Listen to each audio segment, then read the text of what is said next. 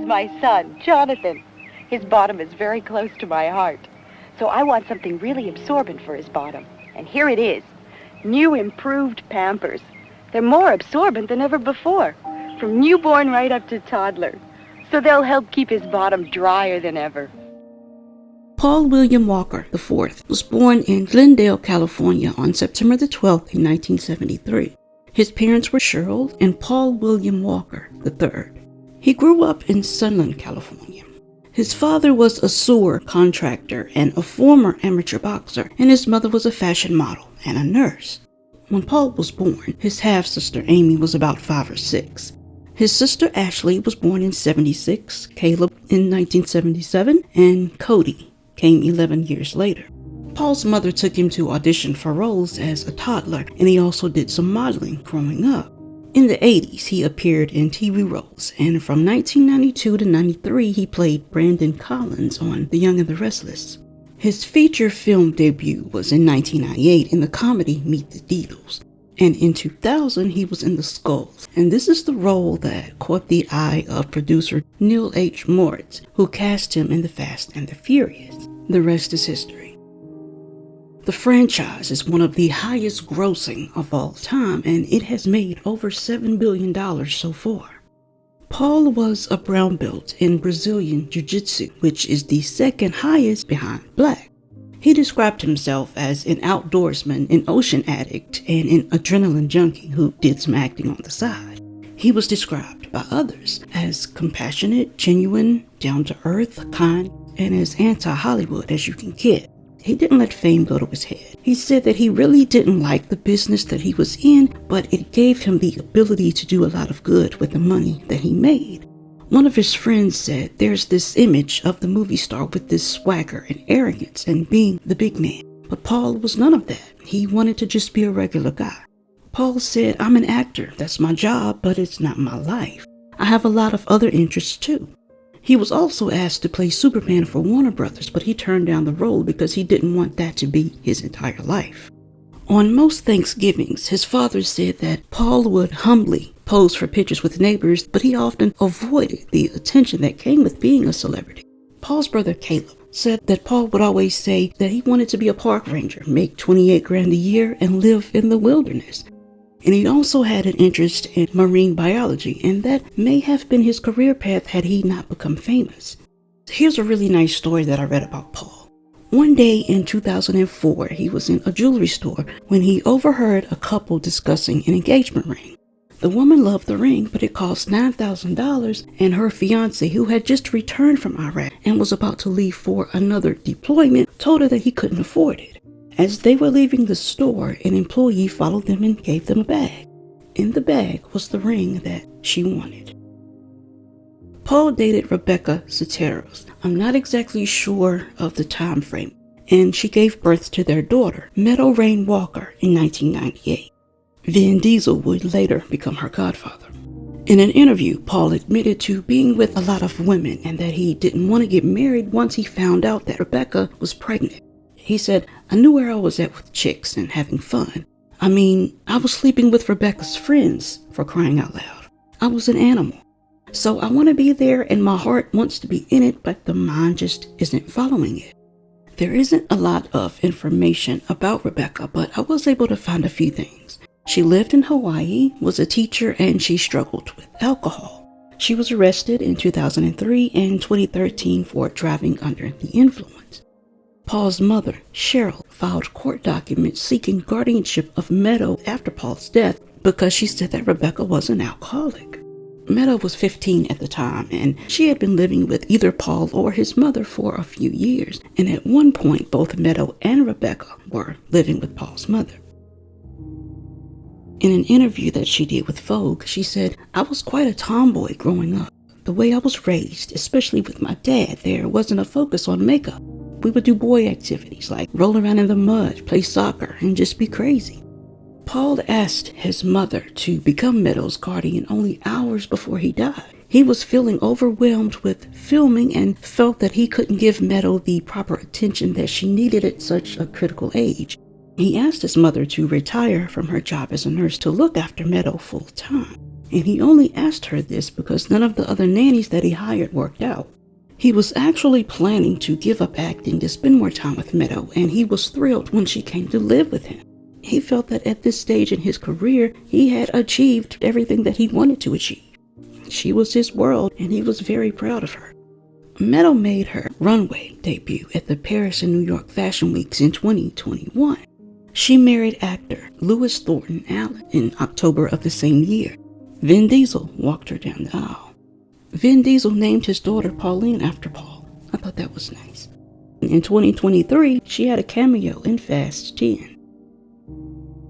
Paul's relationship with Jasmine Pilchard Gosnell caused a lot of controversy because when they started dating, Jasmine was 16 and he was 33. According to In Touch Weekly, they had been living together at the time of his death, and Jasmine was close with Meadow, who was only a year younger than she was. I've seen people say online that if Paul wasn't so good looking and had such a good guy image, that people wouldn't have looked the other way. They also say that they lost respect for him once they learned about this relationship. I've also seen people say that he isn't here to defend himself or speak for himself, so we shouldn't talk about it. Some have even called him the P word. They compare him to R. Kelly, even though he wasn't exactly accused of doing the types of things that R. Kelly did. But what do you think about it? When Paul died, Jasmine was so overwhelmed by the news that she collapsed. Car enthusiast Jim Thorpe said that Jasmine was standing next to him when he received the call about the wreck, and he was told from the looks of things Paul and Roger didn't make it. He said that when he told her what happened, she collapsed, and according to Thorpe, Jasmine may have been the one that told Meadow about her father's death. I also saw another name pop up, Aubriana Atwell. She met Paul when she was 16 and he was in his 20s. I don't know exactly what year they met. They briefly dated, but they remained close friends. Her father passed away just 5 days before Paul from cancer, and before he died, he sent Paul an email telling him how much he loved him and how much he appreciated him protecting his daughter. Paul's mother, Cheryl, said that on the morning of his death, he was in the best spirits. They were in her kitchen with Meadow and they were talking about holiday plans. He was on a break from filming Fast 7 when he spontaneously decided to pick out a Christmas tree that evening, and he wanted to decorate it with Meadow. His mother said they were having a good conversation when he realized that he had forgotten about a fundraiser for his charity, Reach Out Worldwide. He had received a text and then he said, "Oh my gosh, I'm supposed to be somewhere," and then he rushed out of the door. Several hours later, a guy was backing up a red Porsche into the garage at Roger and Paul's shop, always evolving. It was the red 2005 Porsche Carrera GT. They didn't like the way that the car was sounding, so they took it for a drive around the industrial complex to get an idea of what the problem could be. The sound soon stopped, so they decided to accelerate. The area they were driving in is known locally as the Hercules Loop, and it's where teens test their drifting skills. The speed limit on this road was 45 miles per hour, but according to eyewitnesses, Roger, who was driving, was said to be doing twice that. Yeah, right here.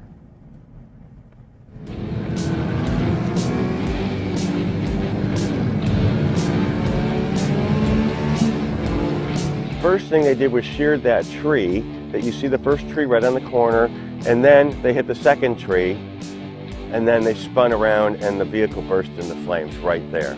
So this is the curve they never made.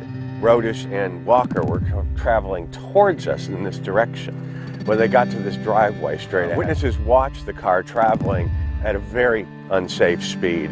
One of the theories is that it hit one of those little dots in the street and spun out of control because it's the Porsche that they were driving was such a delicate vehicle that any little change in the surface would have thrown it off. So that's one of the theories. But it did. It got thrown off and he landed right up here. So Rodas and Walker came around this way, grazed that tree right there, and went up the curb, grazed the tree.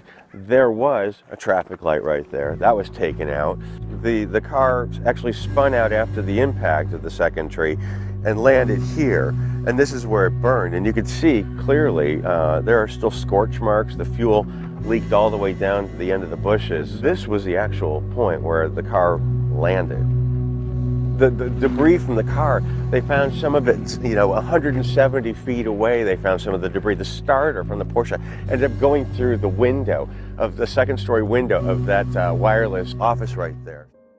The force was so strong that after the driver's side of the vehicle hit the light pole and the tree, the car continued to spin until Paul's side of the car slammed into another tree and burst into flames. The car nearly split in half. Newt Weimer, a stuntman who also worked for Reach Out Worldwide, raced to the scene and he desperately tried to get Paul out of the car. He even burned his arms in the attempt, and he was so determined to save Paul that he allegedly hit a firefighter who was trying to hold him back.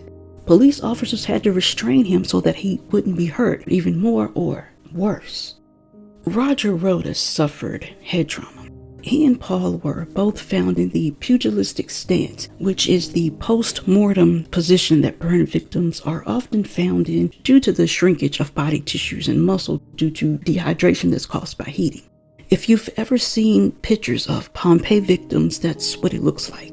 They look like they're about to start a boxing match. According to the coroner's report, Roger died on impact, but a small amount of soot was found in Paul's trachea, so he took a few breaths after the fire started. A makeshift memorial was created at the crash site, and thousands of people came to pay their respects and leave little mementos. At one point, traffic was backed up for miles. Parents had even told their children to search through the bushes to see if they could find anything at the crash site. They grabbed every single piece of that car they could get their hands on. Roger Rodas was born October the 31st, 1975 in Santa Ana, El Salvador. He was married to Kristen Rodas and they had 2 children. He and Paul met at a race club in California. He was driving a Porsche that Paul had previously owned, and soon they were racing side by side.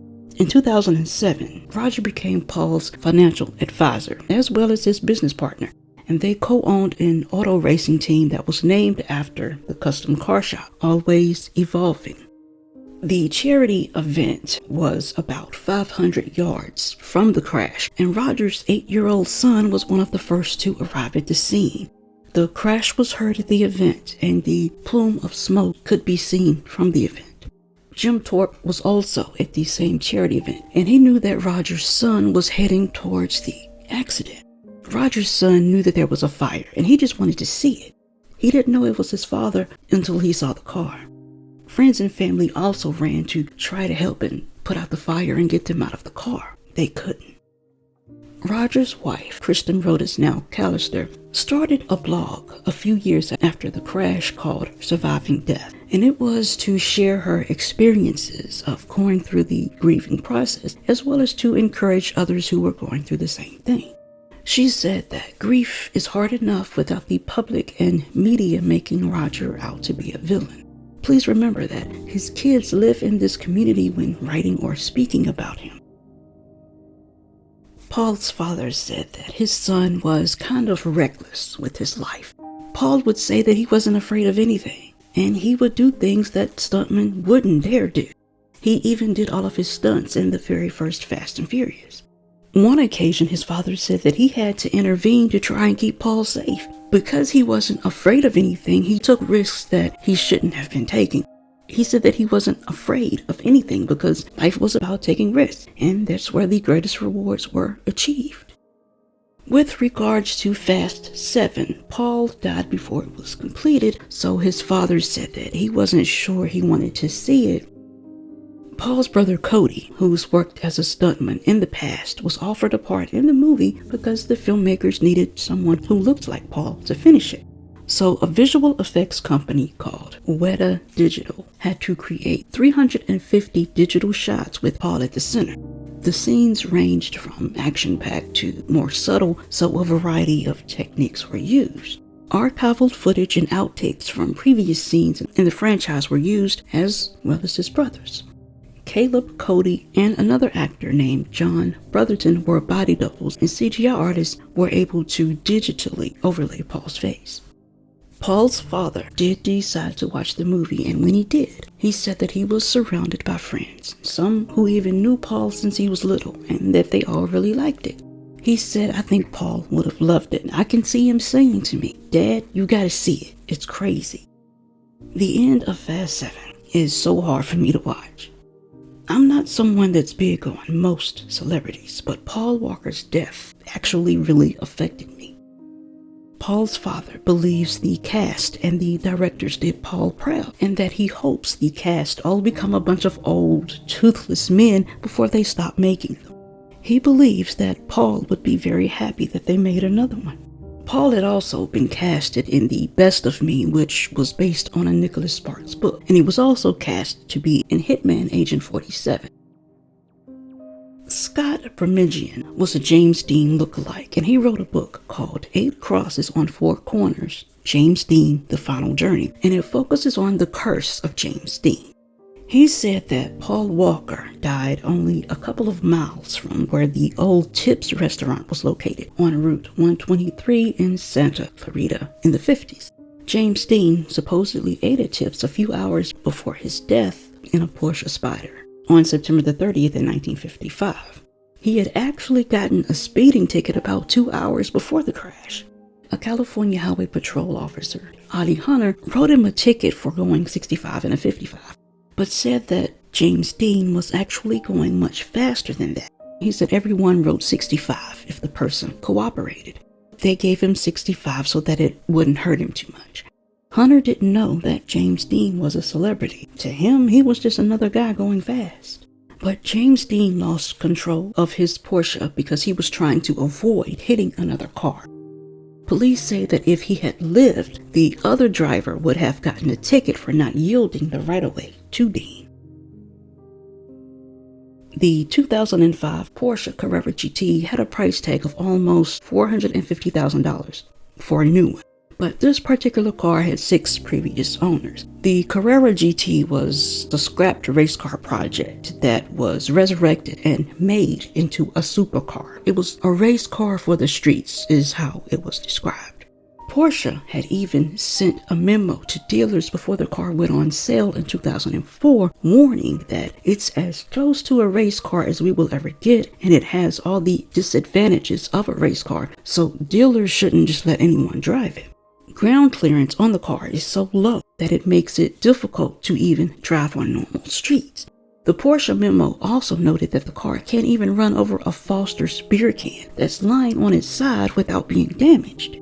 The car is capable of reaching 100 miles per hour in under 7 seconds, and its top speed is 205 miles per hour.